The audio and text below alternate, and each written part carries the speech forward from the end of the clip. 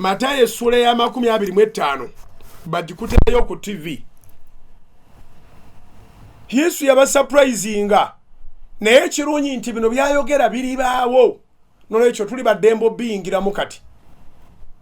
Matayo essula 25 olunyiriri tuve ku lwa 33 tuve ku lwa 32. Matayo essula 25 tuve ku lwa 32 nti amawanga gonna gali kuŋŋaanyizibwa mu maaso ge naye alibayawulamu ng'omusumba bw'ayawulamu endiga n'embuzi.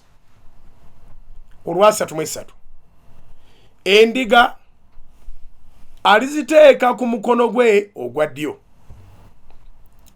naye embuzi ku mukono ogwa kkono. Awo kabaka aligamba abali ku mukono gwe ogwa ddyo nti mujje mmwe kitange be yawa omukisa musikire obwakabaka obwabateekerwateekerwa okuva ku kutonda ensi. Olwa 35 kubanga nalina enjala ne mumpa ekyokulya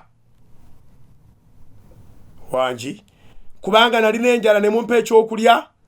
Matayo 25:35 nalina ennyonta ne munywesa nali mugenyi ne munsuza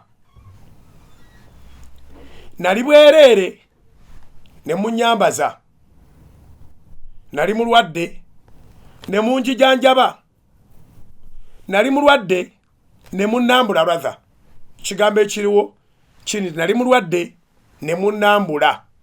Olwekyo okulambula abalwadde kintu kya buvunanyizibwa nnyo. Mulwadde bw'atalambulwa alekerera obulwadde obumuluma n'afunayo obulwadde obulala obuga nti abantu baali bankyawadda. Abantu nabakola ki? Andooza akambaviire kanduddemu. Olwa 36 nali bwereere ne munyambaza nali mulwadde ne munnambula nali mu nvuba ne mujja mu ndaba. Envuba atagitegeera tugambe ng'ogudde mu bunya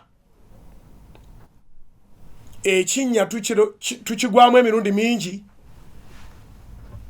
okugeza bizinesi yo neggwerawo ddala omulimu ne gugwerawo ddala. Kyova obulira nga baga nti gundi yagwa